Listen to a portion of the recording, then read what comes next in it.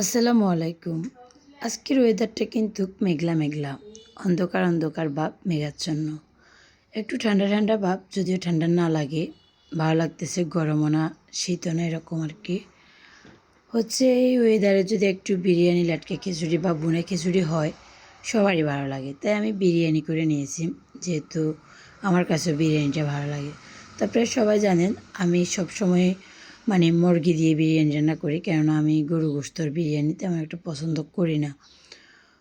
আমার বিরিয়ানিটা রান্না প্রায় কমপ্লিট হয়ে গেছে, প্রায় না হয়ে গেছে। তো আমাদের টেবিলটা যেহেতু আমরা বাড়িওয়ালা আফাদের ঘরে আছে, ওই যে জিতু এরা প্রাইভেট পড়ে ওখানে, তো স্যারের জন্য একটা 4 চেয়ারের টেবিল দরকার, তাই আমাদেরটা দিয়ে দিয়েছে, আমারটা ছোটো আছে এই জন্য। তো আমরা এখানে খাটে বসে খেতে বসছি, আর এখানে আমি বিসমিল্লা বলে তুরাবের জন্য বেড়ে নিয়েছি। তুরাব খাবে না, মরিচ দিয়েছি, ও ভাবছে মরিচের ঝাল লেগে গেছে এই জন্য। তো আমি খেয়ে নিয়েছি এখান থেকে তুরাবেরগুলা, আর তুরাবের জন্য আবার বেড়ে নিয়েছি। তো সবাই ভালো থাকবেন, আল্লাহ হাফিজ।